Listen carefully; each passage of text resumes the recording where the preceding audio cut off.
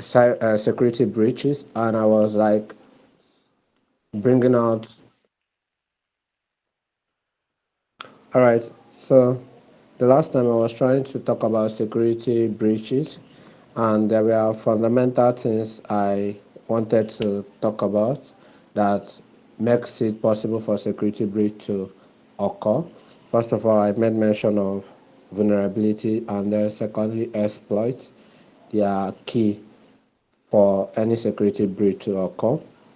Then I went further to talk about the questions which is necessary for you to be able to ascertain what a security breach is all about. Like for you to be able to tell the story of a security breach, like the emphasis of what happened, what was taken, and by what means did these people have access, and lastly, what could be done to avert such thing in time to come.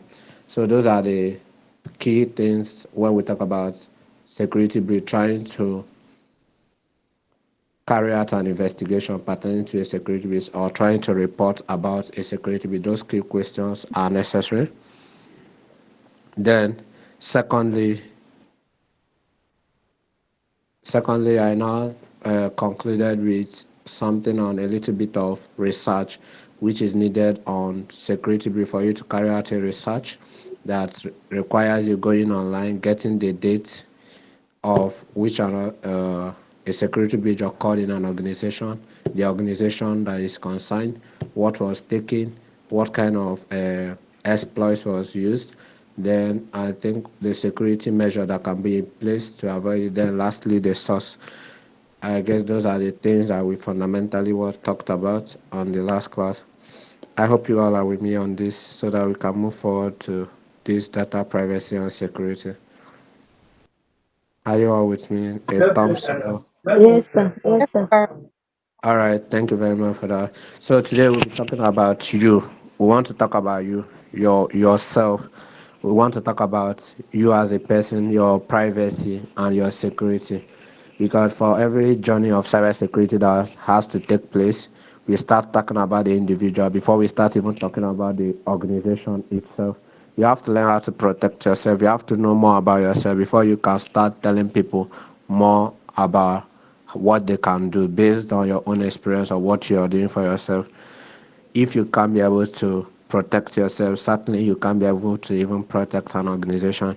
So we want to talk about a little bit of what we could do to ensure our own privacy and our security when it comes to the online world. So we want to talk about what each one has to do about themselves. So about you yourself, yeah.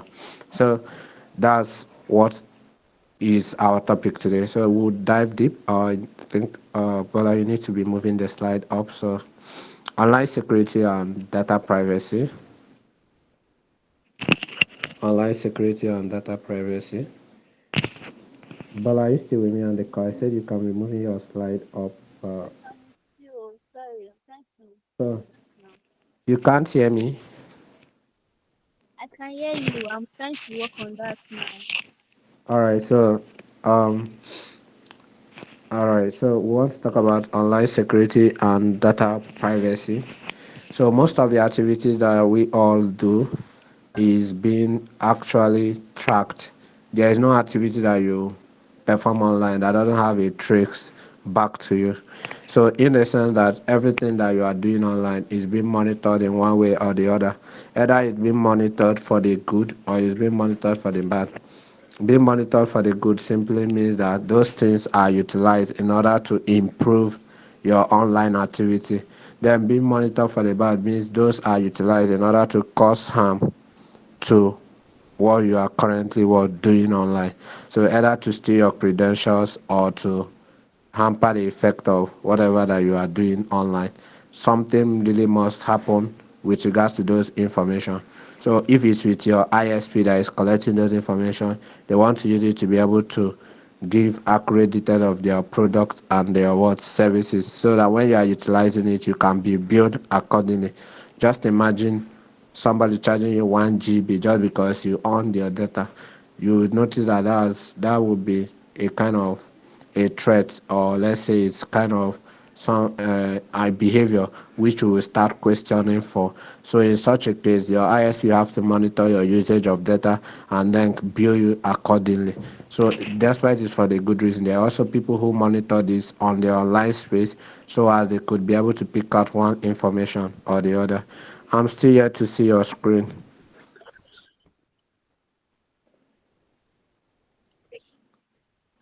Oh, so sorry. I didn't. We could have. I could have done this, but my system is done. I tried everything I Please, can could. you hear me? Can you see the screen? Yeah, I can see, but it's not moving. Or am I the only one that is facing such a thing? I'm not seeing. Your screen is not It's moving. not moving. It's not moving. I'm coming. Let me just Your share Where the can Yes, you it's not see? screen. moving. your screen is static. I'm coming. Let me try to share it. Sorry. You just have to share the particular application, and then when you move the slide in that application, it will move. So you don't have to even what is it called? Share your entire screen, just the particular application. Then when you move your slide, then it will probably what move. All right. So that's just it. Why she's still with it? I don't know. It's for your benefit because I have this slide. I can talk from there. I don't know if it's okay with you or does. I don't know. It's for your sake that I want her to share No this problem. slide. All right. So can your slide now move? Bola, can your slide now move? Your slide is not to move. It's just static. I don't know why it's not moving on my end, though. I'm so sorry. It's not. I'm trying to scroll it up and it's not working. All right. Now I'm so sorry. I will just have to. Yes, sorry, excuse me. Can I just say one or two things? All right. Bella, can you put it in PowerPoint, just like the ordinary PowerPoint, so at least we're able to move it. Don't put it in play like this. Just leave it in the PowerPoint environment like that. I don't have a PowerPoint on my system. So what are you using? How are you sharing this thing there? That's a PDF. That's not a PowerPoint Okay, it's a slide. PDF. Yeah. Yeah. Okay, I thought it's a slide. But it should have moved now because PDF also moves. You're able to scroll up now. Yeah, that's what I'm asking Look her to at do that now. arrow, the other side, and Yes, the that thinking arrow of it. down. You will see arrow up, arrow down, arrow down. Yeah, click Yeah, on the arrow, you will Yes, move. click on the arrow down. I've done it. So it's still not. I've done it. It's still not working. All right. So Eh, I don't know what we are going to do at this point, but I think I just feel like it will help us to better understand when I'm pointing out one thing or the other. If not, it's just more like we are having audio conversation without the slides being shared. So that's what I feel like. That's why I just think it's necessary. It's not moving now. Yeah, it's not moving. Yeah.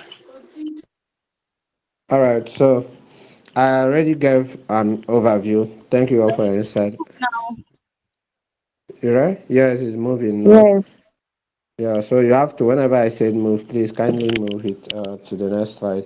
All right, so as you can see, I've already given an overview on online security. Online security. The slide is off, Abby. yeah. yes, it's off. Oh, this what we face in this class. Let's just see an alternative. I don't know, what's it called? Because this thing is actually being recorded. So people that are in it will just think like, oh, what's it called? So we need to make it flow, make the class flow because we are just here in one place since this is almost 27 minutes. So,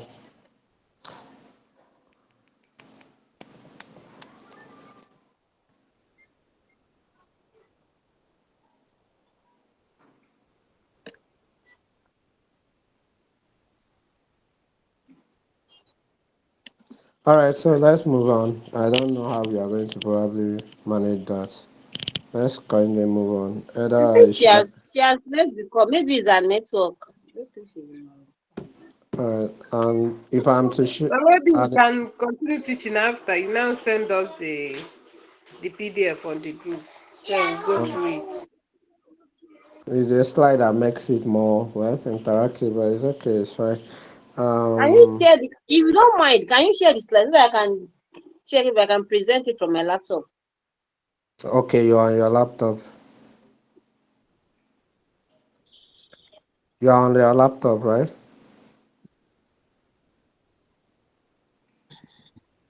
Uh, I'm using phone, but I will power the laptop now and start using laptop. alright. Okay. Let me find out something that will work for everyone. But while you do that, let me just see if something else works. I'm so sorry for the delay, but we're still going to catch up. It's just to make everything to be okay and then fine. Alright. So okay. That's five. Please exercise a little bit of patience for those that are still on the call, please, so that we'll get this thing done once and for all.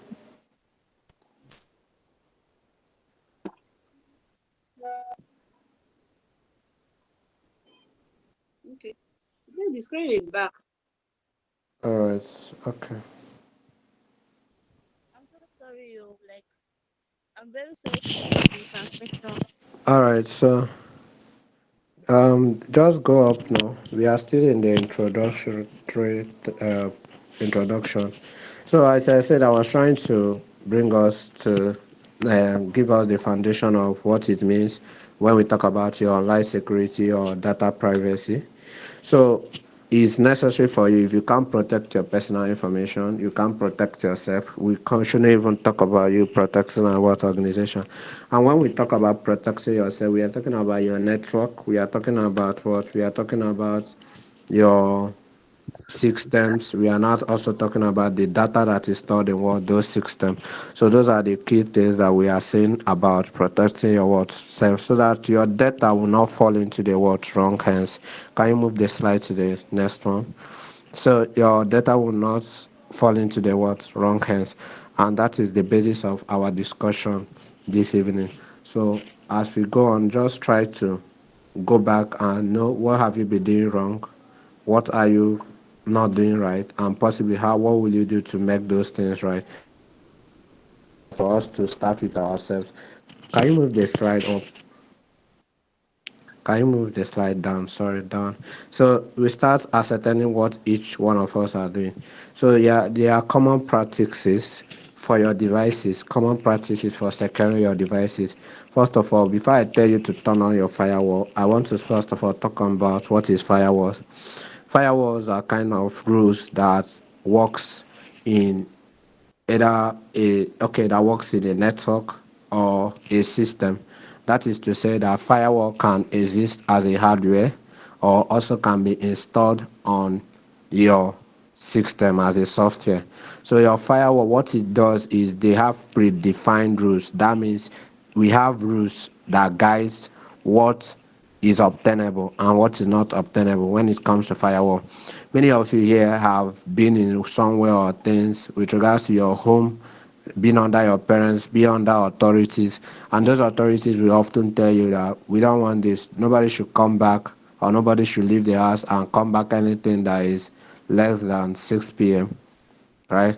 More than 6 p.m. Sorry. So you must surely come back before or not before 6 p.m. So those kind of rules tell you what is. If not, you are born to sleep outside. So those kind of rules helps to what helps to monitor to checkmate everything. So in the case where that rules doesn't what happen, you only enter the house when you come in by so time and you have access to your what house. But if you don't come back, then probably you are going to sleep and you are not allowed. The same thing also applies to a firewall rule. So in a firewall rule, it says that if this is this, do this for us. So there are conditions toward which your network is being what protected, and those conditions serve as what rules. So under those rules, we can tell you that if you see something like this, if you see something that is looking like black, don't allow it to enter our network. Don't allow it to cross our path of our system. So don't allow something like that. So that's what firewall actually does for us. So when it notices due to the rules that it was configured with, we know that it is configured with rules, so we show it what is obtainable and what is not what obtainable. So if it comes across what you say it shouldn't allow, it will not allow it. So more like you tell a firewall what it shouldn't allow, and it will not allow it. But every other thing is going to allow it to. But so if you tell it don't allow this, don't allow that. So the more of what you do with a firewall is the don't rules. Don't do this, don't do that, don't do that. But for every other thing, it will allow it. So far as you didn't define it on the things that it shouldn't what it should allow. Sorry, for instance, if anything that you tell it, you say don't do this, don't do this, every other thing that you told it not to do, it will allow it. But those things that you say don't do it, it will not do it. So that's what firewall configuration looks like. So if you tell it don't do this, don't do that, don't do this, it's probably not going to do it. It won't allow such a thing to what happen or occur. So firewall is one part of the thing that you will start getting to do. So if you have a system here, click on what is called, search for what is called firewall, Windows Defenders Firewall. That's probably the name. See that whether if your own is on or what off. So if you are running on an off firewall, then you know that potentially you are prone to the what internet and the malicious threats that come from it. Then secondly is install antivirus or anti-spyware or anti-malicious software, whatever it's called. Anything that can protect you from malicious softwares, you have to install it. Antivirus we guide against any form of viruses, anything that want to spy on you based on the activity that you are doing on your system, anything that wants to steal your credentials based on the key paths that you are typing in on your what is it called, computer, anything that wants to steal your keystrokes when you type in a particular password, it steals or take cognizance of those things that you are typing in. Those things have to be dealt with by installing what antivirus. Most of them, the most of the ones that we know is SmartDAV, and Norton. Then I think there is also Security 360. So ensure that your system uses an antivirus. Then the third one is please kindly update your OS and apps. So do not run away from the responsibility of getting those things up to date. I know that you often want to say, how will I be using data to be doing all these things? Who is the one buying it? But it's better than any other thing. Maybe let's say for now you don't have anything that is of importance to you, but likely in due time, you don't even know how important the little thing that you have about yourself is until it's being leaked to the public, that you understand how delicate that those information are. So update your OS and apps. Immediately you see any update, for those who are using phone, Play Store, you go to your Play Store, update all. Yes, bear the cost is necessary, because most things that are being released when it comes to app updates is security issues and vulnerabilities that they are trying to fix. So update your OS when it comes for. Please use legitimate OS. I know most of you are using cracked version.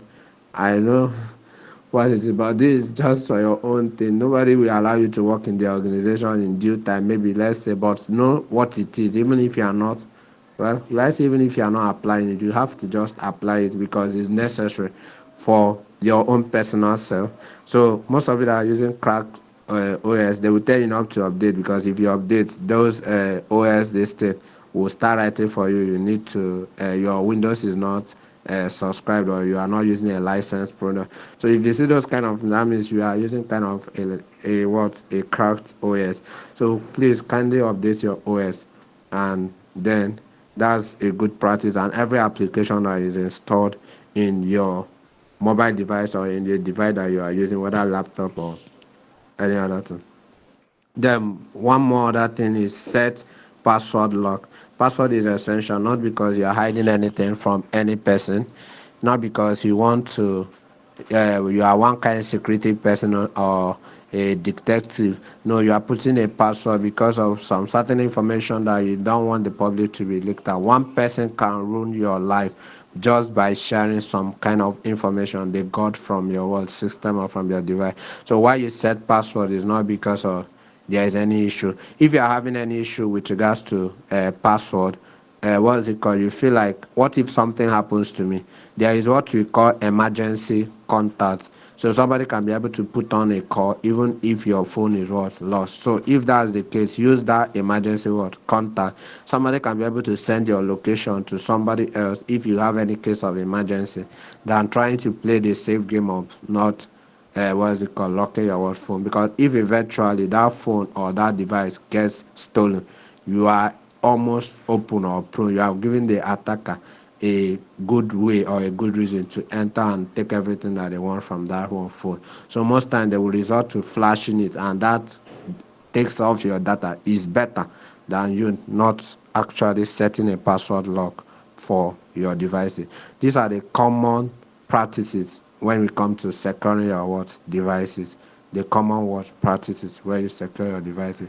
There is what I said last class on the web, the kind of using incognito or private browsing, different names by different web browsers in order to protect your identity when you are trying to uh, click on a link that you don't really or know what that link is all about. You want to know what it is, so you don't have to use the one that you have already signed into.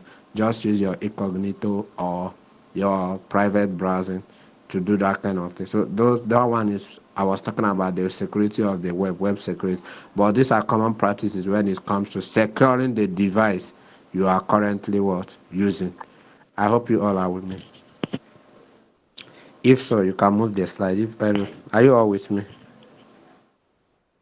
Yes, sir. Sorry, I'm not reading my slide one after the other. There is no need, please. I'm just saying what it is, like what it's meant to be. So I don't probably not be reading those slides one after the other.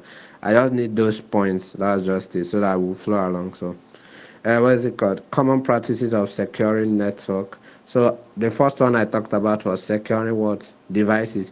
If you knew when we introduced this topic on cybersecurity, I said three fundamental things that we are talking about. We are talking about data. We are talking about system that store the data. We are talking about networks that make it possible for systems to communicate. So we have talked about the common practices for securing your what? Securing your devices. Now we are talking about the common practices for securing your what? Network. One thing is isolate IoT devices. But let me not bore you with that term. IoT simply means Internet of Things. Any kind of devices that mostly doesn't receive kind of updates, and then they were created for the sole purpose of helping us. They are called assistive devices. They are kind of helping us. So the watch you are using,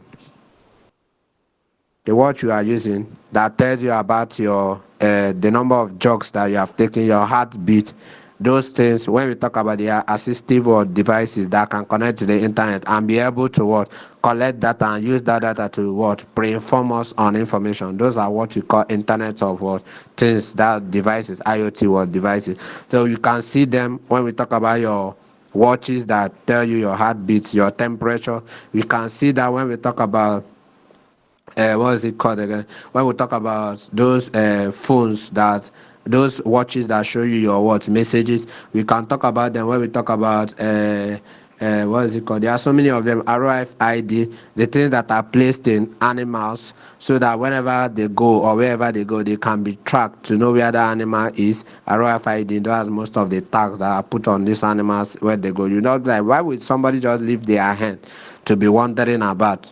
And won't the hand get lost? Some of those hands use was chips. Some of them they are embedded in their body as chips. So those chips are more like IoT devices. So their only thing is to collect location-based data and send it back to the world database where the owner of the sheep or cow can be able to track those things. So IoT devices are more of assisting devices that connect to the world internet. So they rarely, receive any kind of update, just like the normal devices that we use to connect to our internet. So that's why it is risky, because they rarely receive updates. You when the manufacturer set them in, you can hardly see them be updated. They are mostly produced ones and never having such a thing like software or kind of upgrade. So these are how they work. So due to that, then there are security issues that are likened to them. Someone is raising up their hand.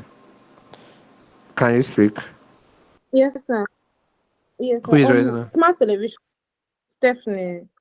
I wanted All to right. ask if smart televisions are also IoT devices.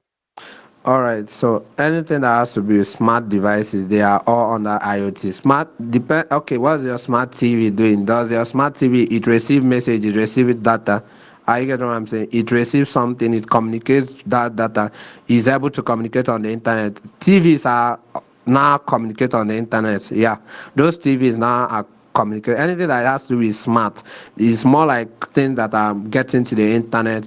They require it in order to share data, one data at any point in time with us. So those things all belong to the Internet of Things. They are come as a lot of smart devices that we use all belong to the Internet of Things. So you hardly come and see your what is it called, your TV updating.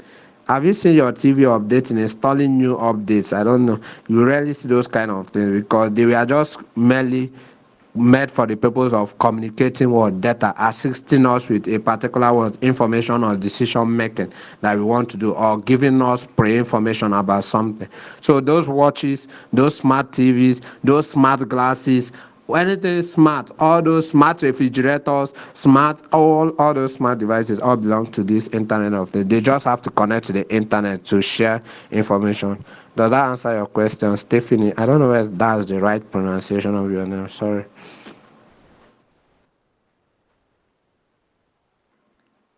Have that answered your question? Stephanie, is she off from the call? Can you ask? Yes, sir. All right. Thank you. All right. Thank you very much. So I'm always attentive, paying attention to everything that you all are doing, whether your messages or everything. So it will help us to know that we are all on the same page. So another thing is, I've told you isolate. Why do you have to isolate them? Due to they rarely receive software updates. They weren't meant for the sole purpose of utilizing them as our primary form of devices that we use. So they were just meant for the sole purpose of communicating data. So that means they have potential word threats. In the sense they can connect on the internet has already made it a word threat. And for them not to be receiving all these firmware updates and software updates has already made it that if an attacker knows how this internet of devices, IoT devices work, they can be used to penetrate into our world. That's all. So what do? We isolate them. Isolation means we keep them under their own what network. Under their own network is, so let me just explain this because I think I've not laid the emphasis on it. The internet is a combination of millions of our network. That means various people in their own network, other people in their own network. We came together. All these people came together to form what is the word internet. So you in your home network, you have your own network in your home. That's your network. Another person in their home, whatever their is their own what network. Another person in their home, that's their own what network. So all those networks are what existing. So in my home, I can decide to break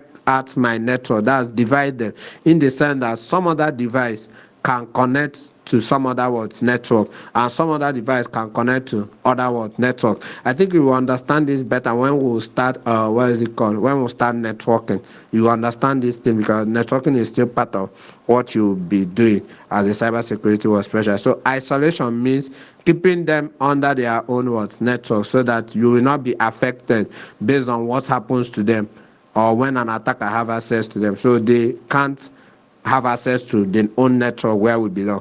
So more like, let me give this an instance so that you just get to used to what it is. So it's more like a building. You're in your building, all of you are on the same building, right? You rented a house. In that building, they have like six bedrooms. In your own bedroom, you are there. So even though there is one gate locking all of you, even though all these things means network, but those houses we are, even if it's one house, those houses we are divided into compartments. So if a thief comes in and was able to have access to somebody who is what, who is living downstairs, of course it's only gate that is their protection. Someone who is living upstairs, there is what we call stair lock gate. So stair lock gate separates those who are living upstairs from those who are already living downstairs.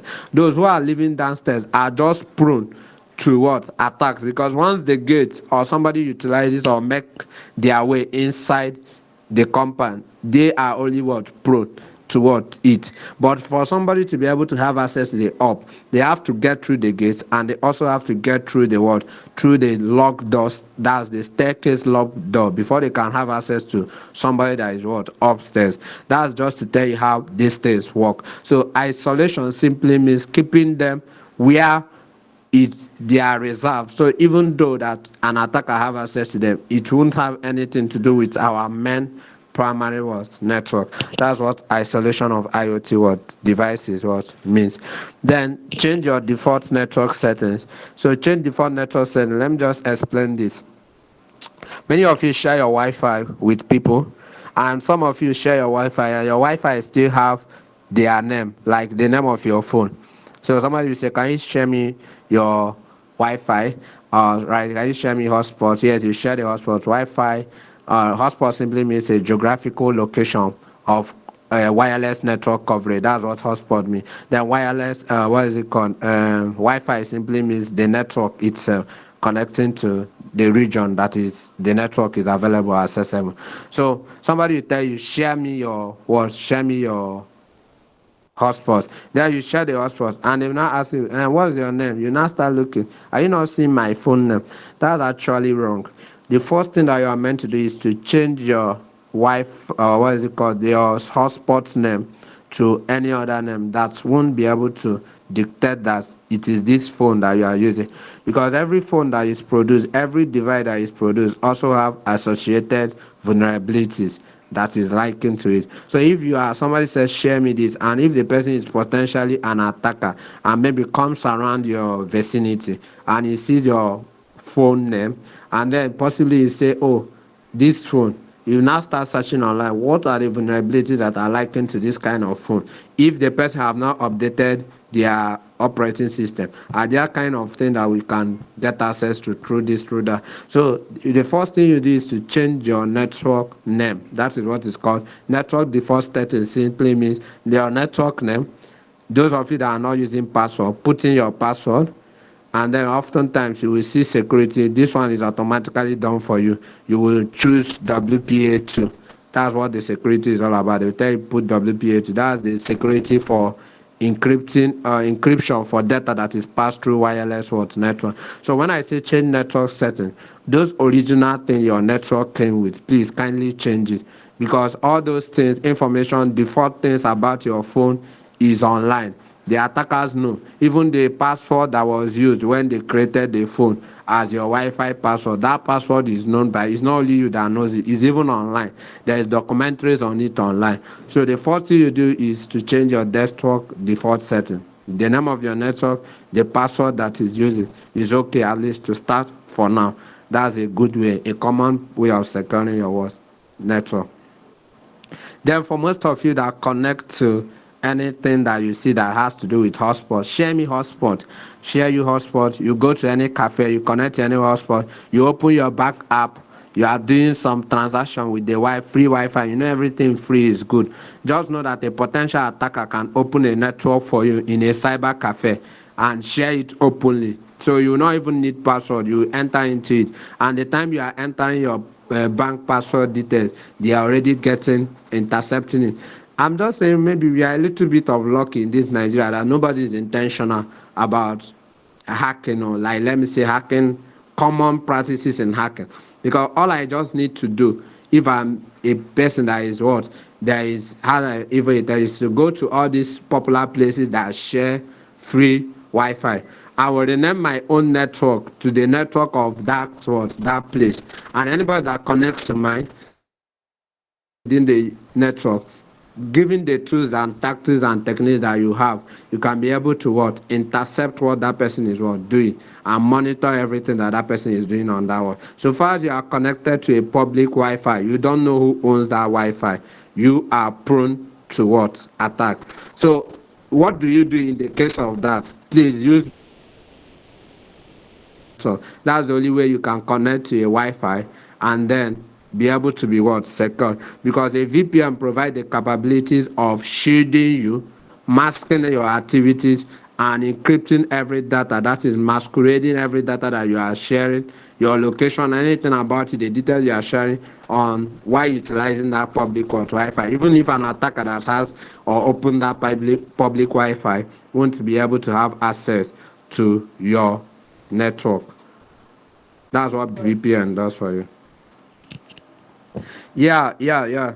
Although we have not read their VPN, VPN is an what is it called? Is a network. So it can be the network can be built on a client application. That's the one that you are using. That's what we call remote VPN, whereby you install an app and that app provides you the VPN. So what you are doing is you are accessing the VPN, the virtual private network, through a VPN client. That is the app that you are using. So VPN can come as an application. Does that answer your question for the person that typed in? All right. I hope that answers your question. So VPN can come as an app. So use it where what's necessary, especially when you are using a public Wi-Fi.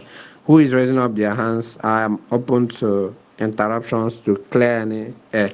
So Felicia Okay, sir. Obey. I'm the one that asked the question in All the right. chat. Are you cleared? Good evening, sir. Are you cleared? Okay, I'm the one that's asked the question. Not All not not yet, sir. What I'm asking is VPN an app like you can get it on the Play Store and I then think install I've it in your lost. phone or on your system?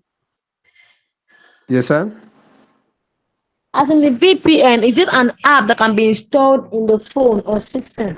Yes, that's what I said now. That is what is called VPN client. Client simply means something that is requesting information from the internet. So VPN is can serve as an app.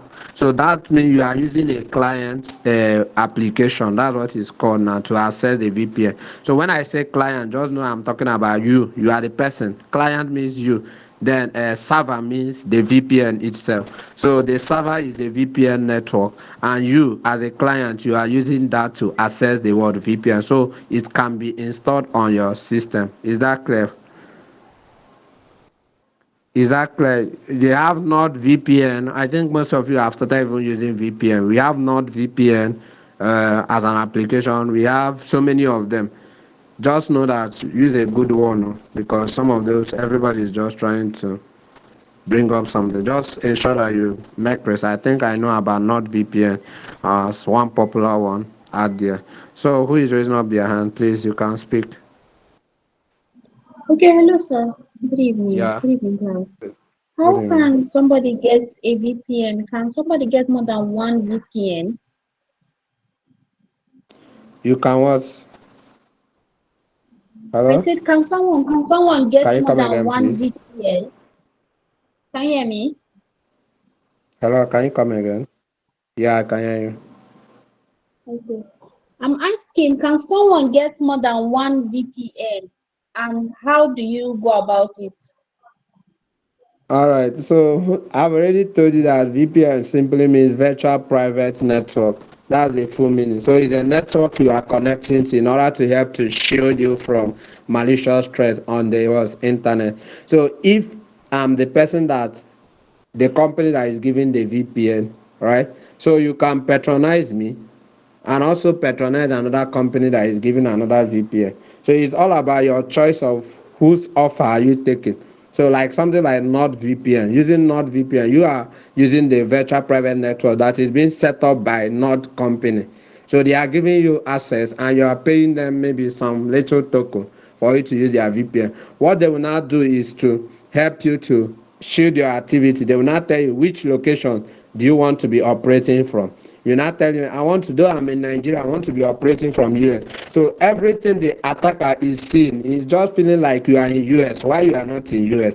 So they are masquerading your location, masquerading your activities, and then encrypting your word data. So those things are the things. Masquerading mean like somebody shielding you, confusing the person. So they are not showing your actual details. They are using something else, their own network, to show something else to the attacker. So you can patronize different VPN companies. So that means you can have as much as you want to patronize. It's up to you. That's it. I hope that clears you. Does that clear you? Felicia, does that Yes, clear sir. you? Yes, sir.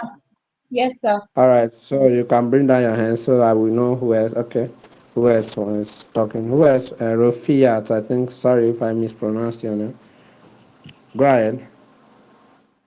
Okay, no problem. I just want to confirm something. Still on VPN, but Yeah. all these phone makers like Samsung, they also have their VPN, isn't it?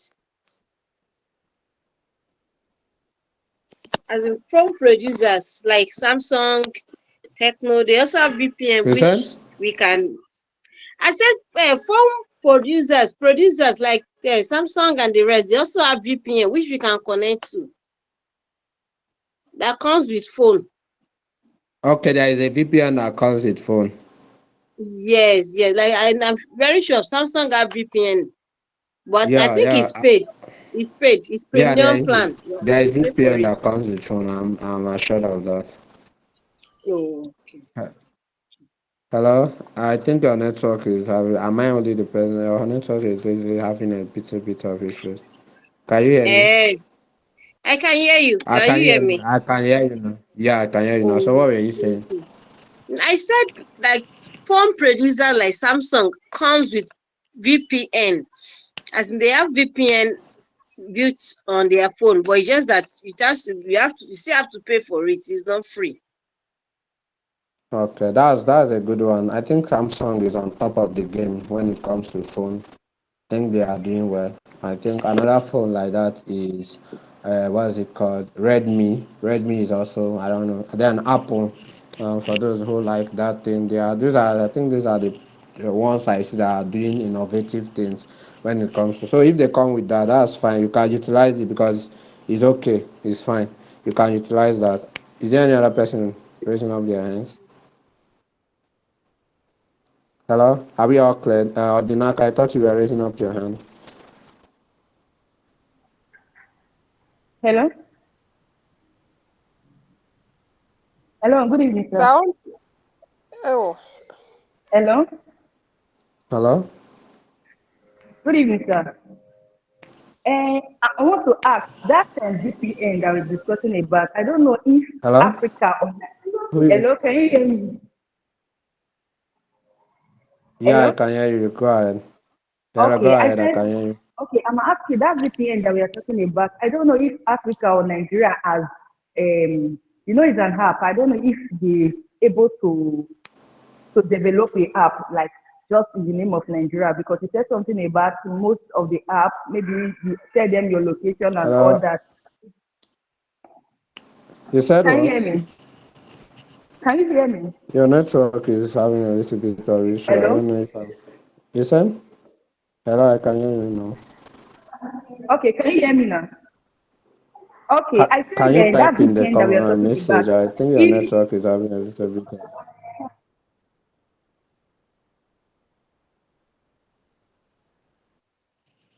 All right. Are we all on the same page? Can we move forward?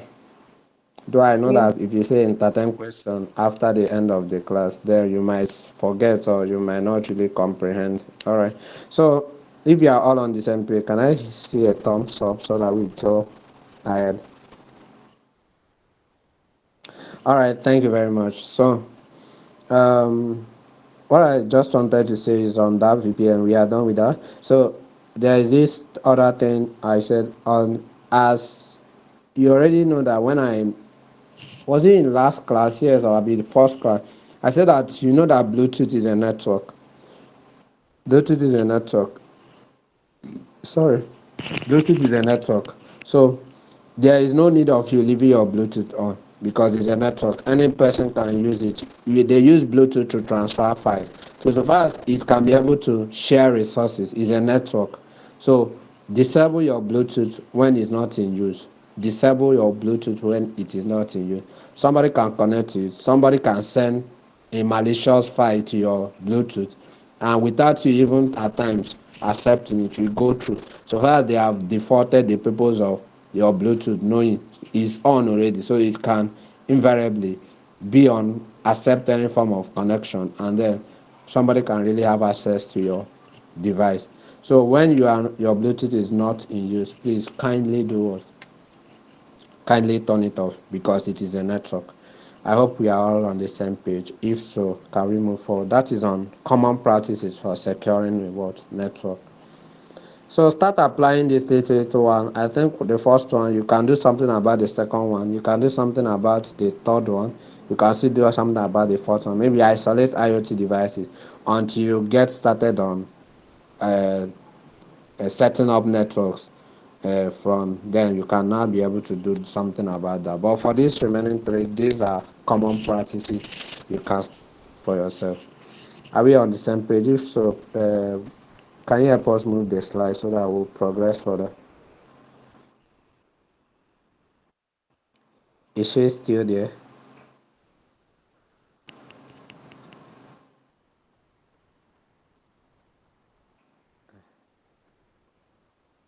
Well, are you still with us?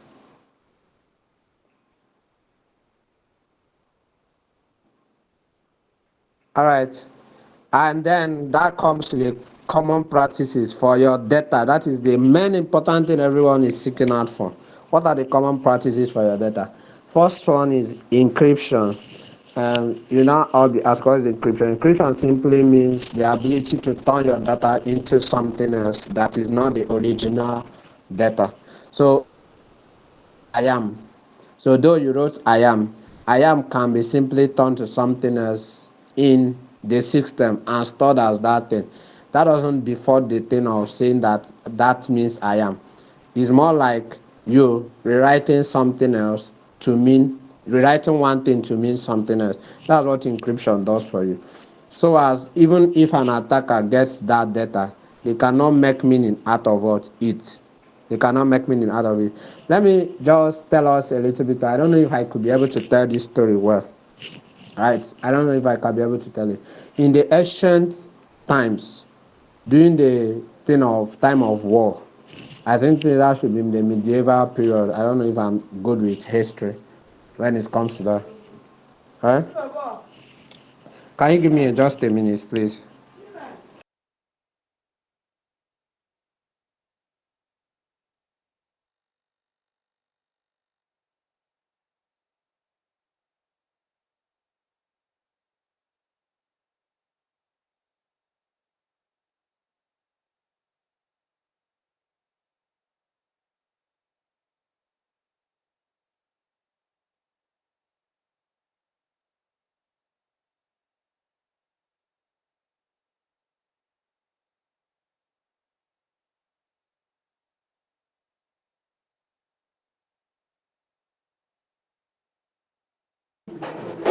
Hello? Are you all still with me? Sorry for the obstruction. Excuse myself here for a minute. Sorry for that. So I was saying that during the medieval period, yeah, I'm speaking. Okon, can you not hear me? So during the medieval period, what's it called? When kings write letters, they give it to their what is it called? PAs to go and deliver it to another world kingdom. Maybe they want to form an ally or something of that nature. That is the scenario I want to paint. So in that letter, they know that the person that is sending it can be interrupted on the way because they know they can be interrupted on the way. So, and they can be killed. So, and the content of the letter will be read. And if it's something that is not that so good, then it can be used against that king, the kingdom, and the empire as a whole. So, do you know what the means through which they diverse to it? Then they were writing in symbols and alphabets and all this. So, what they now did, for instance, if it's A, B, C, D, right? So, I'm writing something. So, what I would do is I would do what is called five letters shift. So five letter shift is a kind of thing that says, what is it called again? It's a kind of thing that says, uh, what is it called? A B C D E, right? So that means A B C D E is the right alphabet, but A is to be represented with F. B is to be represented with G. Are you getting what I'm saying? So it's more like trying to use something else to represent what something else so that when the person is being attacked on the way,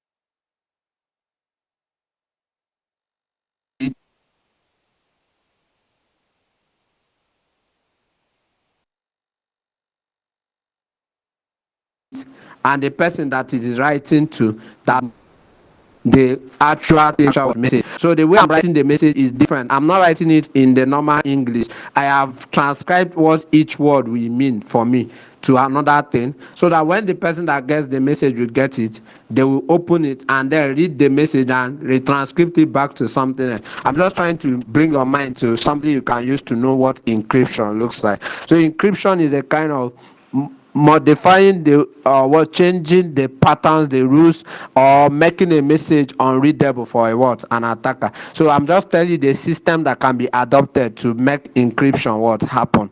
So we can mean anything depending on the tools or the skill set that is brought in to be able to frame and make that data unreadable. So that's what encryption is. Are you with me on this? If you didn't get this, I can retreat. Are you with me? Well, with you, sir. Is this one confused? This one I'm not seeing. Are you going with me, please? All right, thank you. If you don't understand, please say you don't understand so that we will take it on again.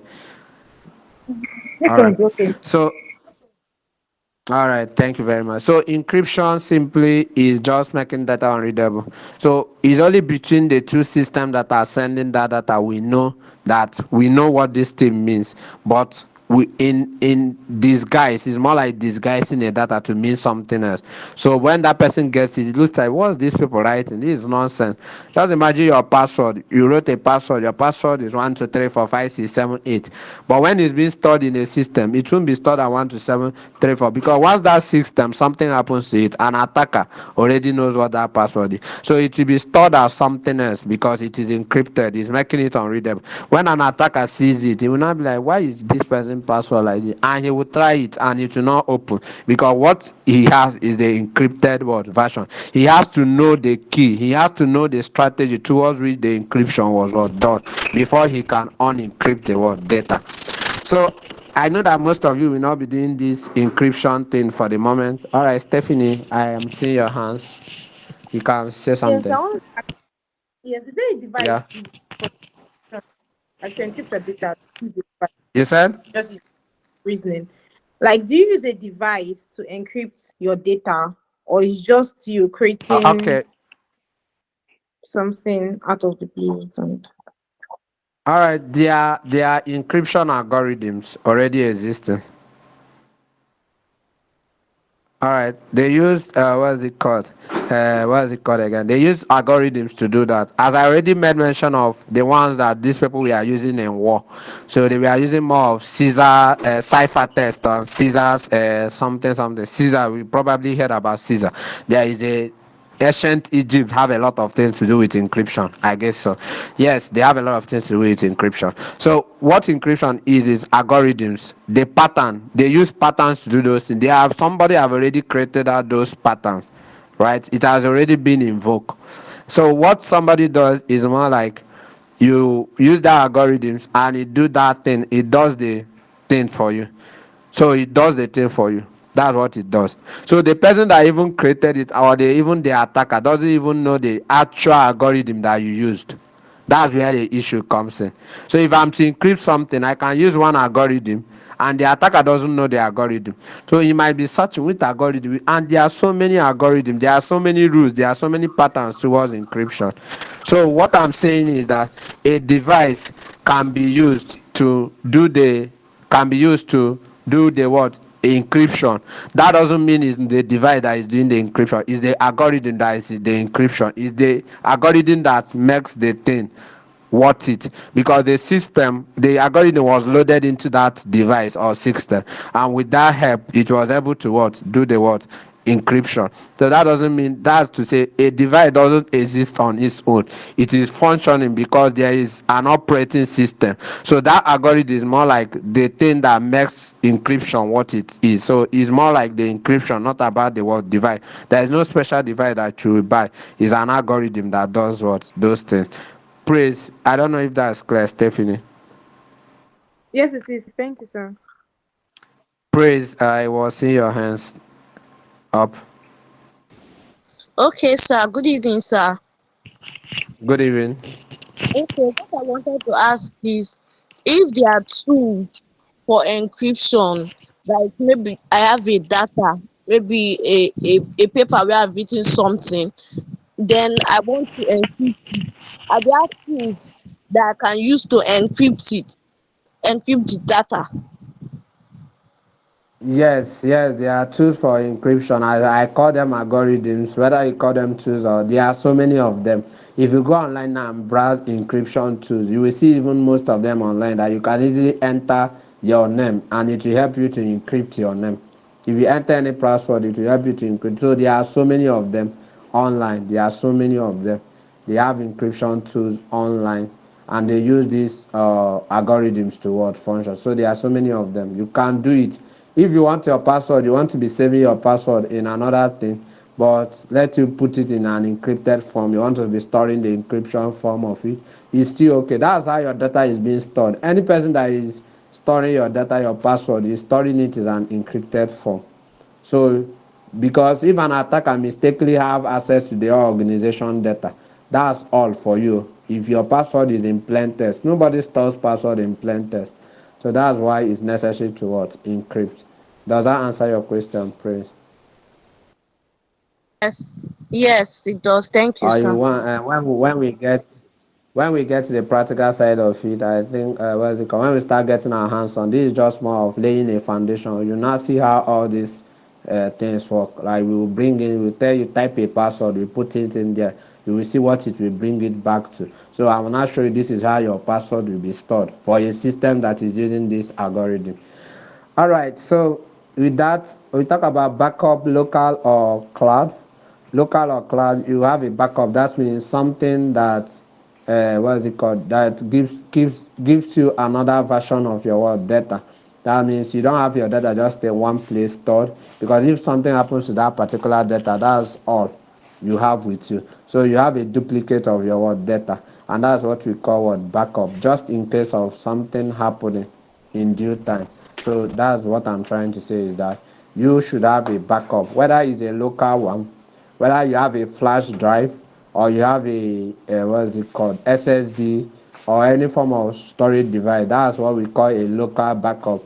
So your memory card is more like your local backup, though it's in your phone. If anything happens to your phone, nothing happens to your memory card. That's what example of a local storage. We have the cloud. So thanks to Google, thanks to Microsoft, thanks to some other cloud providers, storage media. So you can also back up your important data there, just in case something happens to your phone. I don't know if today, who I don't know if you are ignorant of it. Just it's okay, it's fine. How many of you still store their phone numbers in SIM card? How many of you? Thumbs up if you still store your phone numbers in SIM card. How many of you stores their phone number? Oh, you still store your phone number and you're faithful. Stephanie, today say that I will repent from it. I will start using Google contacts to store my words, to store my phone number. So tell yourself I will repent. After now I will repent. Because if something happens to your SIM card, that's all. All your whole numbers disappear. Unless you are backing up with MTN every week, I think they will collect 15 naira. That's another form of that's another form. But you have a free one. Google will do it.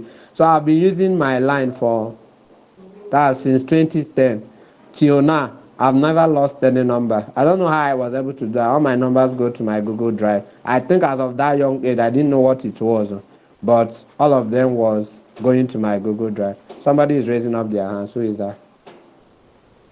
You can say something. You are free to talk. Sir, Praise. sir, You can can you talk. hear me? Okay.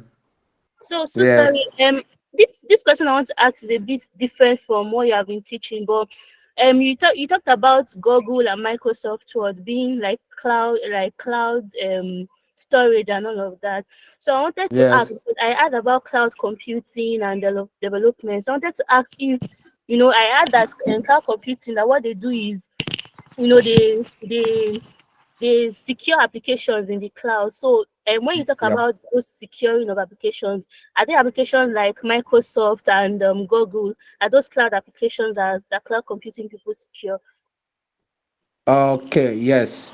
Any application that you can access through your web browser, invariably it is a cloud application. You don't need to download any application to your mobile device, but you can have access to those kind of softwares and use them, or those applications and use them. You can mention a lot of them: Microsoft 365, Microsoft Excel, Access, the ones that you don't download on your computer, but you can utilize the software to type your document. Google Sheet, Google this thing, name them. There are a lot of them. We don't need to what is it called? There's a lot of them. Those that use QuickBook. It's not that they don't have a local app. They have a local app, but they still have a cloud application. So most of those things you do them online. You don't need to install them in your system. You can use all the functionality of the application. Those are what we call clouds, and those cloud application, and those things needs to be what secure, because they are on the world, they are on the world cloud, they are on the internet, they have to what be secured. So they are passed from one net. Is unlike the document that you type in your Microsoft Word and keep in your local computer. That one is existing in your local computer because it doesn't have any network. It's not transferable from one place to another. But that one is now on the internet. That means anyone can search for it, can have access to it based on certain things that they come across. So cloud computing, cloud security is just a part of cybersecurity that has to do with just specifically on the cloud, how to protect those applications that are kept in the what in the cloud. Does that answer your question? Does that answer your question? Yes, thank you so much. Okay, praise. I saw your hands up. Okay, what I wanted to ask was, as it pertains this saving of our contacts with in the cloud. Actually, I don't know whether Yeah. it should be specific to individual needs, because I save in my SIM card, and I save just a few in with the cloud, because there are some Yeah. there are some numbers I don't even want to remember. I don't want them to be stored around like I don't want to even see them again. So when the SIM is gone and they are gone, it helps me to like take that part out of it. But if I'm storing it in the cloud, I'll still have to see it, and there's no way I can like. But is there a mechanism to delete it from the cloud? Like after storing it in your drive, you can delete it if you don't want to see it. Yeah, yeah. There is a Google. If you are using, depending on the cloud you are using. If you are using Google Contacts, if you are using Google Contacts, you don't have to have Google Contacts application. There you can delete any permanently delete any contact that you saved in it on the cloud. You can easily delete it. So that's what I just want to say. You can easily delete any contact that you don't really want again on the what on the cloud that you have stored it. So you can easily delete it. So based on the preference that you talk about, I only said store what is important to you on the cloud. Something that you will cry, you will shed tears when eventually the system you are using gets spoiled or gets attacked. So that's what I say. Keep it on the cloud so you can have a duplicate or reach back to get a data from it. Is that clear, Praise?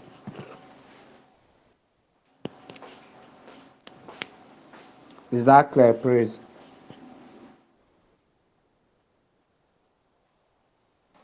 Yes, it's clear. Thank you. All right, so let's move forward.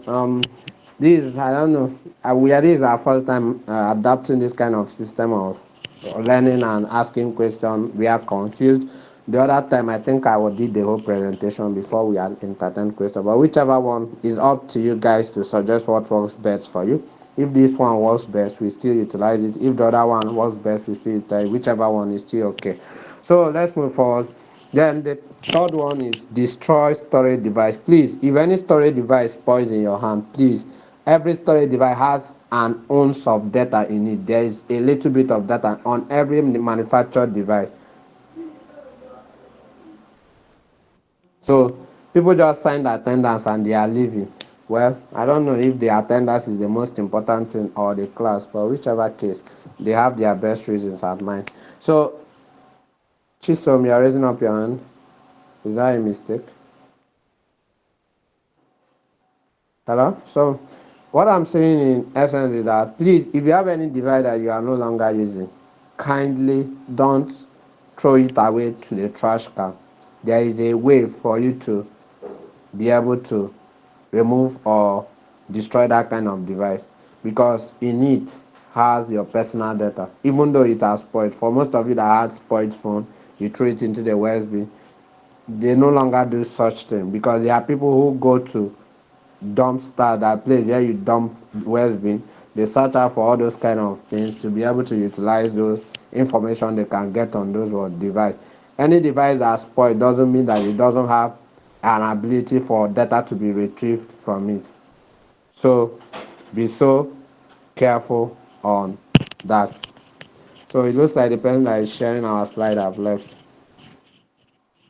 Okay, so be careful on that with regards to sharing those kind of, sorry, throwing away those kind of devices. Do not throw a device that you have used to store data in one way or the other, whether your memory card has spoiled. There is a way those kind of devices are being discharged. They are properly destroyed. Don't just throw them away. They have a ounce of data in it. Please, that's the third thing. I don't know what's happened to the person that is helping us to share this slide, why she's off from the meeting. I don't know. Are you all still with me? Yes, sir. Yes, yes, sir. Okay, the person is not back, so let me see whether I will share from my end. Um, though it will look tiny from the phone, that's what I'm trying to say. Okay, so but meanwhile,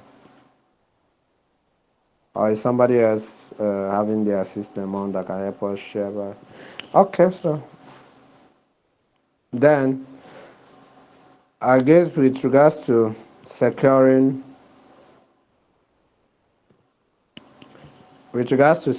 your data is what we call accepting privacy policies, terms and what conditions. That's the fourth one on securing your what data. Accepting privacy policies, terms and what conditions. So how many of you read privacy policies here? You go to a website, they say privacy policy, they say accept. How many of us read privacy policies? How many of you read privacy policies or that big document, I be that big write-ups that the site will tell you what is it? Oh, you read it. I Ah, choose to ignore. hmm. Many people. Veronica, Victoria, raise up your hand. Victoria, you raise up your hand. Okay, you don't. That's why now. So a company Sorry, will it's a even. mistake. All right, a company can tell you, what is it called? A company will tell you, see, we will sell your data, we will sell it to advertisers, so you will say, yes, yes, sell it, I need it to be sold. That's what you are saying. Anything you don't read, you are not knowledgeable. Ignorance of the law is not an excuse. So anything you don't read, you didn't get to know it. So if anything is happening to your data, don't start complaining. No. See this, see this. See, that document is important. How many of you are doing law here? For those that will be doing GRC, GRC is an important area. I wanted some of you that are into law to venture into cybersecurity. You are going to love it. You are going to, because those guys will take time to read your privacy policy and see whether it is breaching any government laws, policies, or things that have been set in tune, whether you are breaching people's privacy. And so that document, people that are in GLC, don't just go and manufacture anything. For those who are app developers here, go and do all forms of things. Go do all forms of things and scrabble it up just to produce a privacy policy, and you are not following through by that privacy policy. And for most of you who accept it, please, I don't know, but it's the normal way that nobody will have the time to read those things. But as now that you have been a cybersecurity specialist, be careful. Even anytime you are opening an application for your organization or trying to create an account, please try to look through it and know whether what that organization you are trying to open an account is will do with your data. Please know what they are doing with your data before you can actually share your what privacy policy. Is an essential thing. I hope you will start abiding by it based on this field you have chosen. Please read. It helps you. So you can pick out one or two things that are irregular or mischievous activity that they are planning to do with your data, and you can choose to not to move forward, because you going forward means that you are accepting anything that was tailored or was written in that word document. So that's the last part of securing your what data, because your privacy is what at risk. Bola, welcome back. We are still not seeing your screen. So another part of what I want us to move forward to, if the slide was showing, is choosing a password.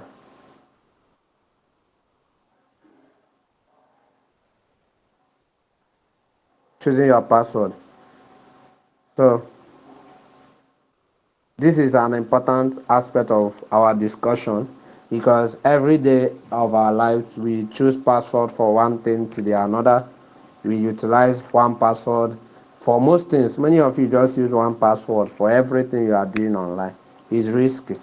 If an attacker is able to have access to one of your accounts, that means they have access to every other of your what account. That is what I came to tell you today, that this is from the syndrome of using one password for every account that you are utilizing online. If one of those passwords is compromised, you are already in trouble. Your bank or your ATM have the same password, you are at risk. All your social media account have the same password, you are at risk.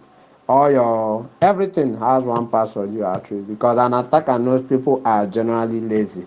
They will mostly use things that appeal to them, easy for them to be able to use as what password. So this is a criteria for choosing a password. Any password you are going to be creating from henceforth, or even possibly go and change your password. There are 4 criteria. First of all, I don't like this slide that is not being shared though, but I don't know. We have to move forward. We just have little minutes remaining to round up. So sorry, I will just do my best. I tried my best with regards to the laptop so I could share my screen. So there are 4 things to do when you are choosing a password.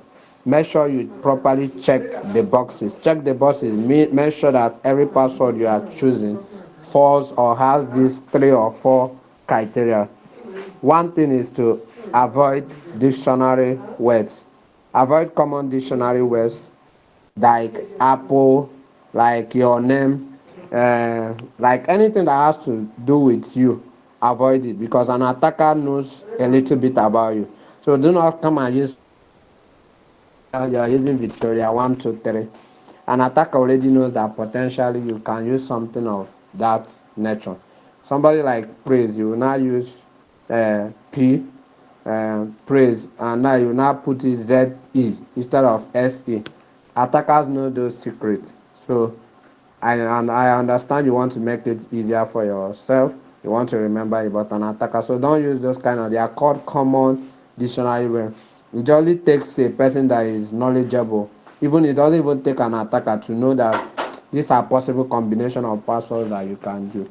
So avoid them. That's the first thing that you are probably going to be doing in choosing your password. The second one is the length of your password. Ensure that your password is at least 8 characters. Ensure your password is at least 8 characters. Let the minimum. Don't choose password that is 5, 6. Ensure that it's 8 characters. Thanks to God that most of the online platform that we register to, we now ask you, we now give you criteria for accepting password. They will tell you to put one capital letter, put one small letter, put one symbol. They are trying to help you to adopt to normal security world principles. That's what they are trying to make you do. So you will not use common words, so that you consider alphabets, numbers, and symbols, characters into your password formation. So one thing is ensure your password is 8 characters minimum. The third one is to combine letters, as I've already said, special characters, letters, and numbers. Let every password you are creating have a combination of these 3 things: letters, numbers, and special characters. Then the last of its kind is to use paraphrases. It's better you use paraphrases. Paraphrases is more like words that sounds like sentences to you, or two or more phrases. Sorry, it's more like words that are not complete sentences, but they make sense in itself. And you can separate them with something like spaces. You know, spaces are part of password. So instead of using what is it called, praise, and it's just a common word for password, you can be able to bring in your what is it called, your father's first three letters of your name, Ozo, space 1 2 3, praise this. So it's more like it has a kind of rhythm. It keeps a phrase that you can make mention of and you can remember it, instead of just trying to use a single worded line like praise. You can combine different things together that forms a phrase, and you can use them as what password. You can use make it like you can bring in 2 or 3 words, then put in letters and alphabet and make it to look like a password, and space inclusive. That's more like a phrasier thing that you are doing. So these are the conditions for choosing a password. I don't know if that's clear. If so, we can move on forward. Is that clear, please? Sorry, please. The condition you said avoid dictionary words. Then the length of the Yeah. password should be at least 8. Which other condition do you made Yes. mention of, please? Combine letters, alphabets, and special characters. Okay. Then use of paraphrases. Paraphrases simply means use of phrases. That's the last one. Okay, thank you. It's already on my slide. I will still share it as usual. There is nothing. So, if that's all, we can still move on. I wanted in this what's it called? In this next slide, if our slide is being shared, is something on for us to do a little bit of class activity for you to determine a strong and weak password. So I would love you, given this condition, can you all type in the chat box what password is strong, use a strong password in your comment section. Let me check whether we all actually understood this, forming a strong password. Can you type on the chat section, choose a password today? Let's say we want to create an account. Your organization told you create an account for us, and it's time to choose your password. What possible password will you choose? I'm reading your comment section. Form your password, choose a strong password. I'm not saying you should mention it, choose a password. Wait, Okon, where did you get this thing from? Which kind? Favor, this is a common thing. Favor at 254 is common. That's a common password. Where did you get this thing from? What is that? You are not get mind though. Ordinary, that's fine. I'm seeing good ones. Combination of letters, special character. Yes, Deborah, that's a good one. PQS. Yes, 1980 Joy. Okay, that's fine. STF, Stephanie, that's good. That's good. Flower Girl 1919. Though those people know those things that you are doing. Nana, they know those things. That time to put in Flower Girl, then put just change one of those. It can easily be known. Hannah, that's a good one. Victoria, good one. Chisom, good. Felicia, good. Praise, good. Blessing, good. Harmony, good. Just all right. That's to show that we all are understanding this. Thank you very much for your inputs. Layo, that the person that used Layo, Susanna, that's good. So you all are doing well with regards to that. That's to tell you that on this regard to create a strong password. Though there are many password generators Hello, for sorry, you. can anybody hear me? Yeah, we can hear you. Yeah, we can hear you, ma. All right. So I'm saying that what is it called again? I was saying something with regards to forming a strong password. So there are generators, even if you don't know how to form one, there are password generators. Chrome has one. Yes, Chrome generates password for you if you want to create a password. Mozilla Firefox have, so they are password generators, and they are safe. It's safe because those are one-time password generators. They generate it. They don't generate it anytime for anywhere in person in the world again. So it's just one time. Yeah, generate. So just do 2 raised to the power of so many numbers again. You will know how many times it will take a password generator to finish generating a password. For it that it will go over a trillion times for some of them, depending on the algorithm they are using. So those algorithms are strong. I don't know if anybody is saying something. Rofiyat, I don't know if I got your name. Yes, I wanted to say password generator. Is it the same thing as password manager? No, no, I will still talk about password manager. Generators are more of the Mm, ones that help you to generate a password that fits into these criteria as I mentioned.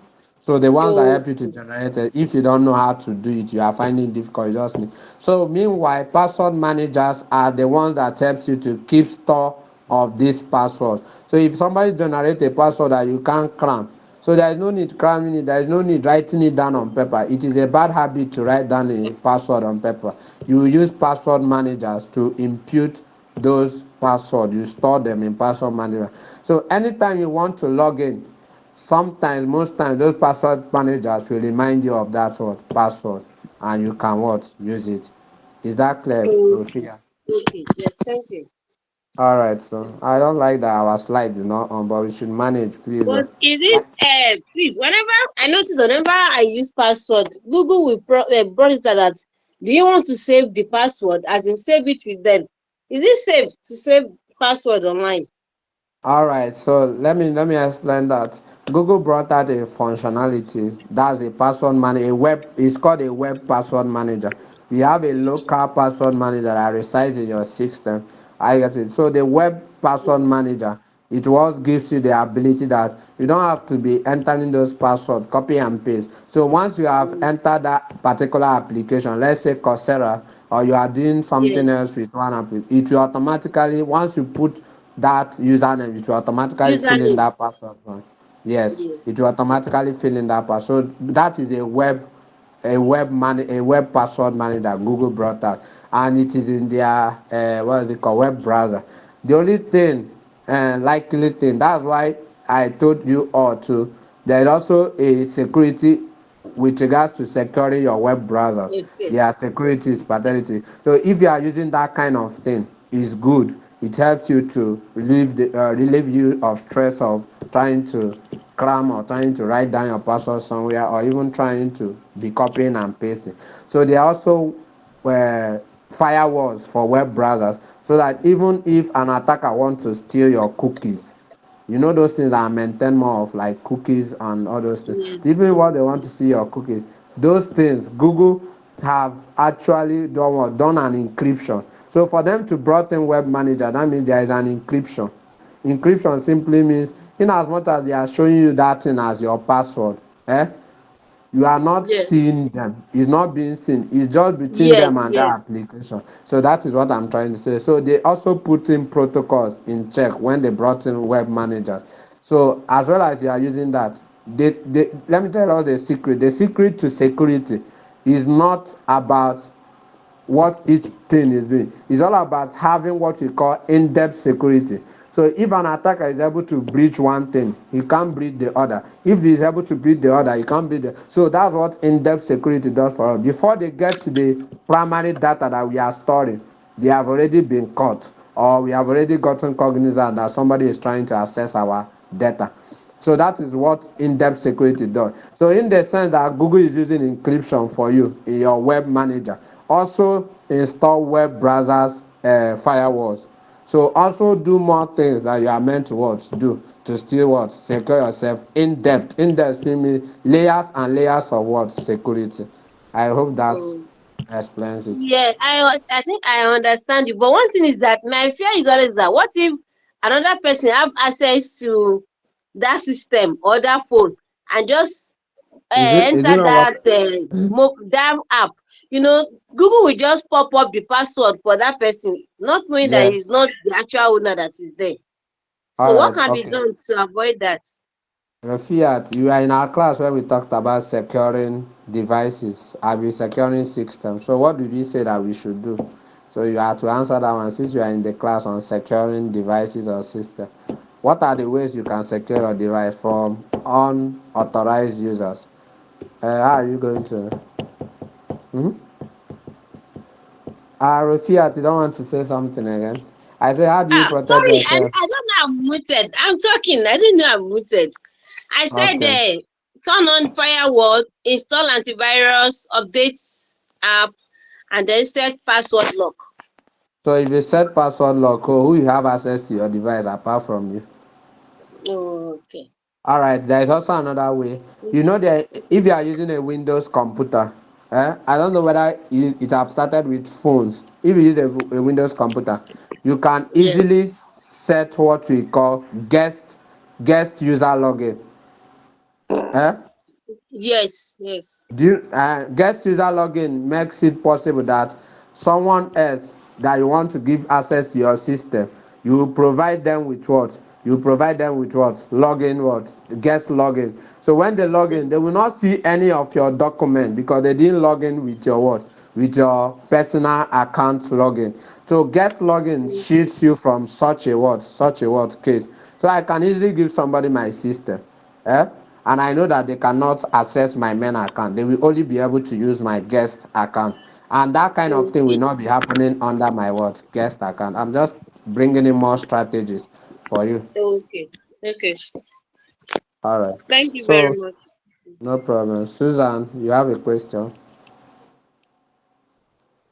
Susan, somebody is raising up their hand. Is that not Susan? It's definitely okay, sir. Is it- I still on saving of your or saving your password online via Google. I heard of Google a Google attack that occurred earlier this year. I don't know if anybody heard of it. And then everyone, because I worked in a cybersecurity firm, and everybody was like, people that stored their data online, that saved that allowed that save your password and all. I'm sure the attackers must have gotten hold of their password and Yeah. all. So I wanted to know if the attackers All were able right. to So, get hold of it or I'm still with you. I can hear you. okay, I want to know if the Hello? attackers were able to get hold of it. Can you hear me, sir? Yeah, yeah. I can hear Okay. you. Oh, I want to be clear if the attackers truly got hold of some of these because I was actually scared because normally I allow this save your password so I don't forget it or all lose right. the password, something like that. So I want to know if the attackers truly got hold of this password or Google fought it or the way you said they encrypted some of these our data and Yes, for Google to bring in that functionality, that means they do encryption. There is no person that stores your data as plain text. It will be as encryption. okay. I get what I'm saying. Yes, So ma'am. it's probably on encryption. All right, thank you, Uh, sir. so, Bala, what's the issue? Uh, Mr. Michael, I'm so sorry. Oh, this network is just misbehaving. I'm so sorry. Where were you guys before I joined back? we have done check the boxes for choosing a password. You can go down the Oh, slide. We have also done okay, an I'm exercise. here. Don't be angry. I'm so sorry. Uh, The what they call network is just misbehaving. there is no problem. We understand. We all understand. So go beyond. We Okay, have done the class activity. We have done the okay. class So I should just activity. take it down. Okay. Simple Stephanie, you online. are still raising up. Yeah, go to the simple online privacy. Yeah, Stephanie, you are still raising up your hand. Okay, it's done, right? Okay, let's be rounding off. All right, I think this is simple online privacy world, guys. So there are many of you who are still thinking about this is a whole lot or this is a whole lot. How will I be creating strong password? I will know those passwords. I will use those passwords. How would it be easier for me? So it's on this simple online privacy, guys. Now, all right, that's what we. Sorry. Okay, yeah. Simple online privacy, guys. We help you to curtail some of these things that come with your people having access to your account, people having access to your system, people having access to trying to breach or get your data and every other thing. And one of them is two-factor authentication. Please, if there is no other way in which somebody can verify you in whatever account you have, verify that you are the owner, the second way, then you are in risk. Because if only your username and the password is the only thing that somebody can use to validate you, then you are probably at risk. That's to honest. How many of you are using OPay? OPay application brought in a functionality now. I don't know whether it's everyone that is activated that, or is it happening with regards to only few people.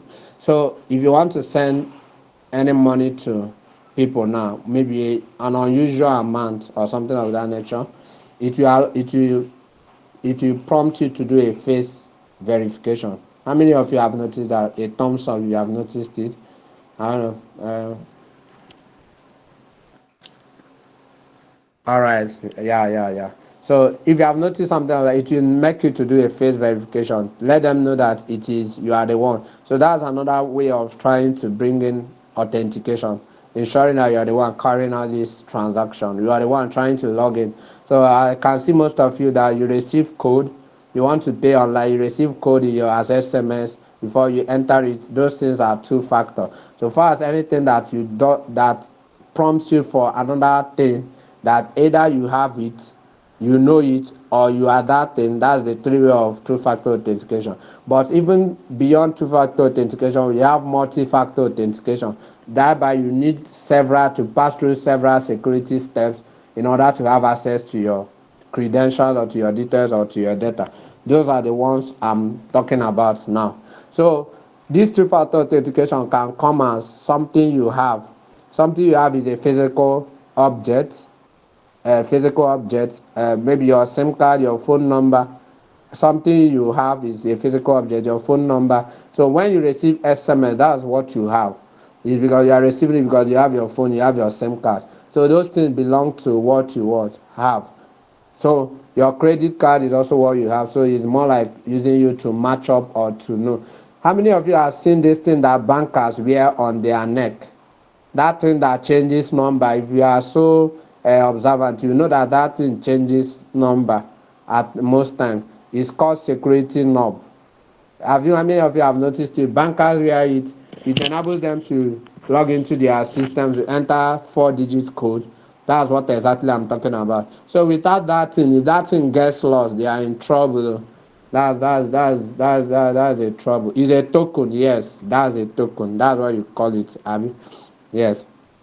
So those things are kind of what they have. It belongs to the authentication that states what they have. So why what you know? What you know is simply something else that you know. So many of you, they will ask you security questions. Those security questions is what you know. Any answer that has to do with somebody telling you enter your security question and answer, that is what you want. No, they belong to a category of what you know. So aside from your password and username, if it's prompting you to ask you question, where do your mother, what's your mother maiden name, you answer it and it logs you in. That is what I'm saying with what you know. So at times you will do surveys and somebody will ask you your mother's maiden name, where you were born. You are answering it in a survey because you want to make $5. And those questions are personal questions and they come up often when they ask security questions. Are you not seeing how minor social engineering can be used against you? So in the sense that somebody already knows what your potential answer will be. Somebody is asking you through a survey, where were you born? What church did you do your first this thing? What place were you giving birth to? And those things are security questions. They are only meant to be known by you and not to be divulged by any reasons. But they ask you through surveys and they will give you $5. They will pay you, but they have already gotten something about you. So that's on something you know. Then something you are is your biometrics, your eye, your fingerprints, and so on and so forth. They are what? These are types of two-factor authentication that can be utilized. Can you go down, please? I think that's one thing on your privacy. So another thing is open authorization. So for those of you that don't like cramming passwords and every other, sorry, don't like all these having different kind of passwords, you don't like the idea. That is what we call open authorization, whereby you can use one ID that you have opened, something like Google, LinkedIn. You can use it to access many other online words accounts that you have. So Google made that provisions in their product and services. You can use Google for probably everything. You don't need to register to the organization. So the Google will share your name, your email on behalf of you to the organization. So you don't have to start creating an account and having username and password. Google will do that on behalf of you. That is what we say when we talk about open authorization. So we have something of a social media whereby if you log into Facebook, automatically you can still use your Facebook credentials to log into your Instagram. You can still use your Facebook credential and open something else on. So those form of things that gives you the ability to utilize one service in order to access other services. It is what I am saying with regards to open authentication, and it will help with regards to your privacy, so that you will not be sharing your information from one platform, giving them your date of birth, your age, and everything. So Google will share some required aspect of those information on behalf of you or on behalf of the service that you are utilizing. Then the last one is email and web browser was privacy. So I've already said something on incognito mode. That's where utilizing anything that you are not sure, any resource you want to access in the internet, you are not so sure about. Please, please, please, and please. Any link before you click on it, use an incognito mode to know what it is. Especially if you don't know the exact web URL of that link. They just told you click here and you want to go and be clicking there. Please be first of all open, say right click and say open a with what. These are their different names that you will probably what see. And that brings us to the end of this today's class. Summary and conclusion. What do I want you to take out from this? I want you to take your privacy and your online security serious. Start applying the little of the things that we have talked about, especially the more on using your password on your devices, the more of utilizing incognito mode for links that you don't know, then more on also using antivirus, using legit softwares. Do not stop using crowd version of software. You are prone to threat, you are prone to, maybe you don't have anything at the moment, but in due time you don't know who has been keeping up with you over the period of time, and the day you will now become someone, you try to get back or hold of those information, but already they are already exposed in the internet and they are saying something negative about you. So today is all about us. Today is all about us, what we can do in our personal endeavors to be security conscious and to get the best out of what we are doing. With that, I call on with any person that have any other thing to say. Stephanie, you can go on. Okay, first, thank you very much for the question. Yeah? Yes. Okay, I have two questions, and the one is on firewalls. You said firewalls are they act as barrier between your device and potential threat. Can I still describe it as a security kind of person that is protecting outsiders from the house, like Yeah. Yeah, from that's what entering is. the house? Okay, now you also talked about the do's and don'ts, like if you tick the boxes. And in our previous classes that was held, Mr. Gregory, he talked about Yeah. security. He So now talked this about do's what? and talked about security He policies talked that about what? security policies Hello? that is for your company, for an organization. I missed out on what you said earlier. You said he talked about what? He spoke about security as a SOX analyst, talked about working with legal compliances, and then they have like security, the organization security policies that they follow, like Yes, that. yes. So now this firewall, you talked about with ticking, is these do's and don'ts, are they going to be produced or brought in by the firewall, or the organization will tell them, okay, oh, these are what we do, these are not what we do, that kind of thing. Then you now have to tick. Because I don't really understand the setting about All right. firewall. Okay, firewalls, as I said, is rules. You are the one as a cybersecurity specialist, having gotten the knowledge about cybersecurity. You are the one to set those rules on those firewalls. You will configure the firewalls to tell it what it should do for you. So the device is existing to do what you tell it to do for you. All right, so you can determine to tell it, see, I don't want to receive anything from this network, and you can't receive anything from that network. So anything that has that network, it will do it. So the instance I will give you, do you know that as a Nigeria, there are some certain sites you cannot access? what is blocking you from accessing those sites? It is firewalls. So that organization set it and say, please, if this IP address has this and this and is coming from this region, please block it. That's the simplest thing firewall can do. I don't know whether that answers your question. Yes, that do. Thank you so much. Second question is on this thing, track data. Okay, I learned, I don't know if it's actually correct. I learned that most of these data or pictures, whatever thing that we trash, like we delete, Uh, and then go to our recovery site and delete it. I heard that it yes. can still be recoverable. I don't know.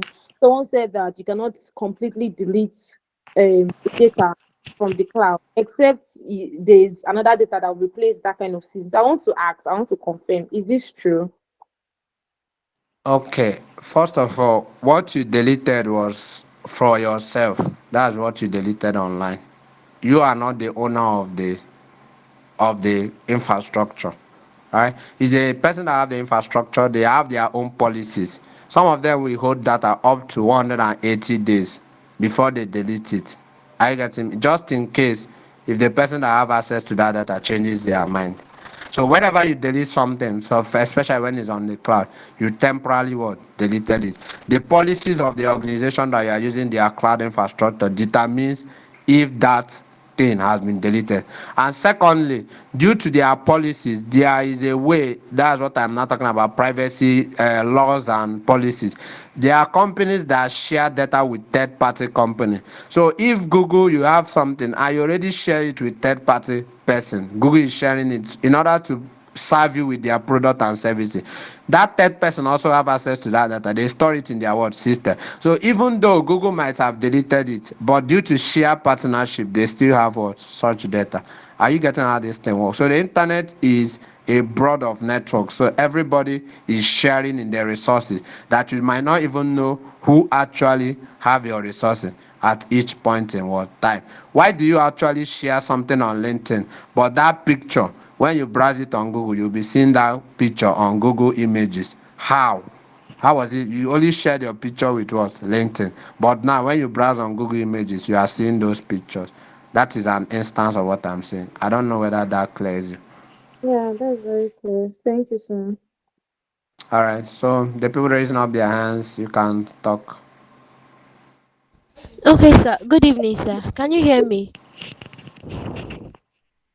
Good Can you evening. hear me, sir? Okay. Yes, I can. Thank you for the class. My question is on the cracked version of operating systems. I believe that the ones our systems come with when we get them are cracked versions. And even if you go to a roadside, all these computer retailers to install a new one, maybe to upgrade to Windows 11 or so. It's I think they are all cracked versions. So how do we know, or who do we go to get genuine ones, so we don't get data breaches or attacks? All right.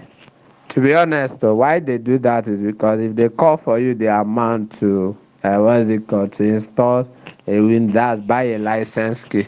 Sometimes, I think $25, sometimes depending. A license key for one year, you'll be paying Microsoft. So those things you get, the Microsoft sell them on their website. They sell those license key. You just need the license key. License key simply gives you access to Microsoft servers. So you now get real information. So if Microsoft is updating, you automatically getting the what information. So it's pointing you directly to Microsoft what server. It gives you access to their network and their resources. So you can get that when you browse Microsoft. You can is Microsoft 365 mostly, Office 216, depending on which one you are getting or the things you are trying to get. So Windows is the same thing. Windows 11 is there. The products they sell them and everything. They still have third party companies that sell on behalf of Microsoft, so you can still genuinely get them. The only issue with the roadside guys is that they will tell you, if they tell you the amount, they know how Nigeria is now, so everything is pretty getting us in tune to looking for ways to solve our problems that are not really even solving our problems most time. That's why I say somebody is intentional about hacking in this country, he can easily ruin the whole economy. Just look at what is happening to our bank. There was an image I just shared on Tech Cabal report on Nigeria bank, what has been stolen so far. Do you think those things are not real? They are real. It's happening. It's live. So if somebody is intentional, we are all gone because we are not doing sustainable security practices in this country. Even the highest organization that are operating on security, they are just there. And people are just so if we are intentional, guys, you know that we are lacking, and that's why we are raising this bar to meet up to expectation. So to say if you need them, they are sold on Microsoft Microsoft website. You get them. So there is also a one that enables you to be used on more than one device. So you can join hands with a friends and pay. So the license can be used maybe as a family. You say this is my family, so two of you can join hands to pay if you need the genuine ones that come. If not, that's the usual one you will see, the cracked version. And lastly, you cannot default to using the software without getting any update. That is why they told you Windows is not activated. So you are not activated. That means you are using the last update. And if that update is prone to security issues, you too will be prone to security issues. I don't know if that answers your question, Chisom. Yeah, it does. It does. Thank you, sir. So, right. So who is the person that is remaining that is raising up their hands? I can't see. Good evening, sir. Good Eh, evening. please, I want to talk about the VPN. Yes. Can you tell us the ones that is free VPN? Like I make use of Proton VPN. I don't know how good it is. All right, so I'm telling you, okay, what you call free VPN, actually anything that is free, unless it's on the basis of open source. When I mean open source, is everybody is contributing to the development. We have people who are just trying to volunteer to contribute.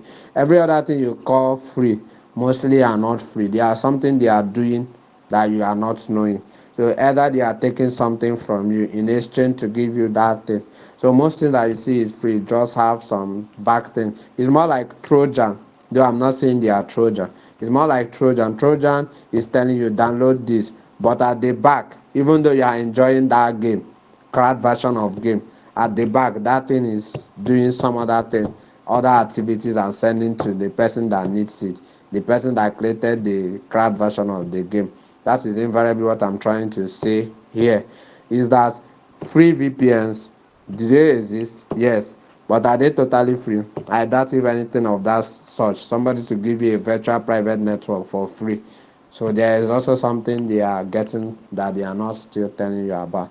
That's my own view on that. So, but there are also many others that give you free for certain things that you can be able to do. And other ones you have to upgrade. And it's understandable that there is some free things that you can do.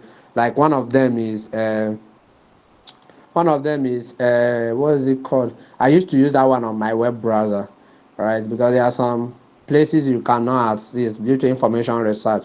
You cannot go to some US website because they blocked Nigeria. So I normally use that VPN. It's a web version of VPN that allows me to connect and use those kind of things. It's not that I'm doing it for any bad. Some people use those kind of things to do. I'm just using it because that information I need it with regards to the learning I'm doing or something of that nature.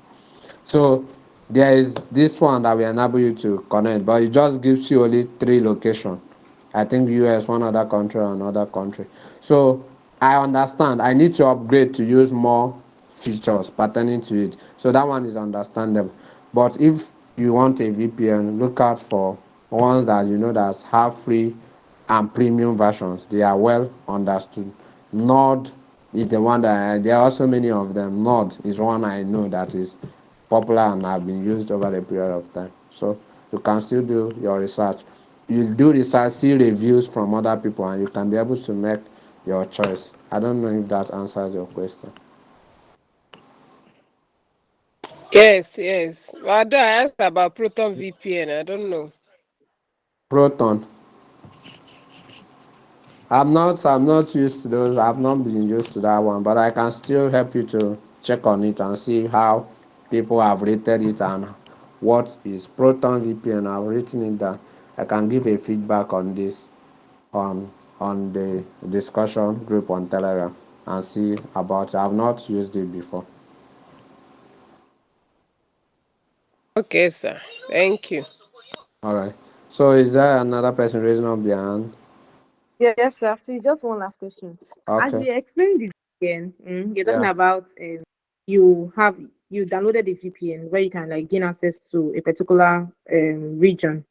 Now you said Yeah. for fire, there are rules that are made to Yeah. exempt IP addresses from getting access to that particular system or network. Yes. Now, in this case, can I use a VPN to navigate my way in this kind of situation and still attack, like create an attack or something as a hacker? Yes, now they use VPN for such a thing now. Yeah, that's why I said anything you are doing on security, they have counter. The only thing is who has more knowledge wins the who has more tactics and techniques wins the cyber security the security game.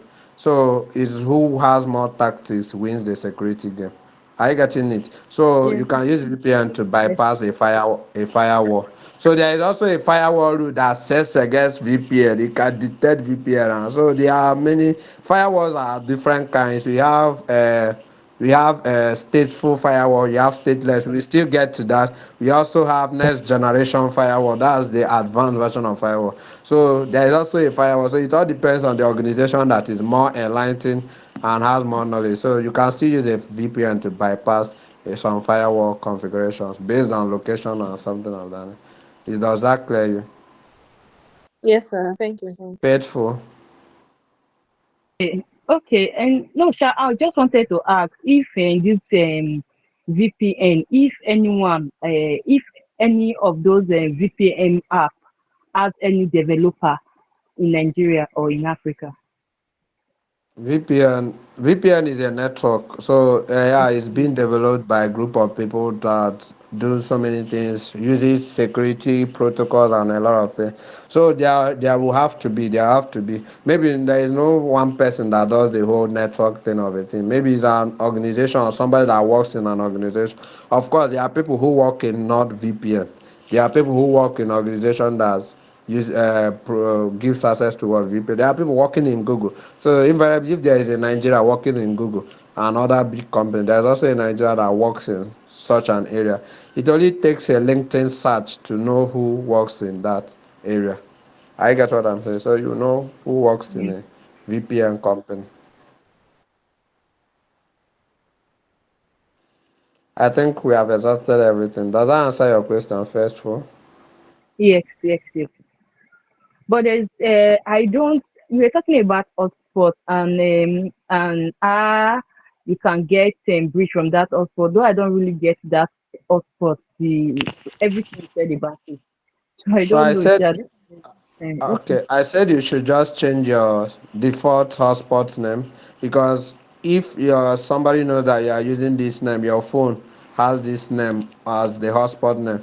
Likely a phone that is not updated, maybe you are not updating your softwares or your updates. So that phone, it can be able to tell that, oh, this vulnerabilities was identified in this phone on 18th of September, and they were able to know that you have not yet updated your software, so they can even get some information because an unupdated software means there is a security breach. Somebody has fixed to update something on it, so it gives a potential hacker a knowledge to work with. That's what I was trying to say. So anything that is default, that comes pre-default, please kindly, something like especially network, change your hotspot name to something good and better that doesn't say anything with regards to your what device. Then change your default password that your hotspot came with because this information are publicly accessible. Does that answer you? All right. Thank you all. I think that's all for now. So sorry for keeping you 12 minutes after. Today is Saturday. Most of you have lecture. Sorry, have church to attend tomorrow. So sorry for that. Please do have a good night and enjoy the rest of the weekend. I don't know if our supporter has gone home. Faith, I think that's is it Faith? Thank you very much, sir. All right, have a nice night. Bye. What's her name? Please, Bye. can you stop the recording? What's that her name? Has she even left?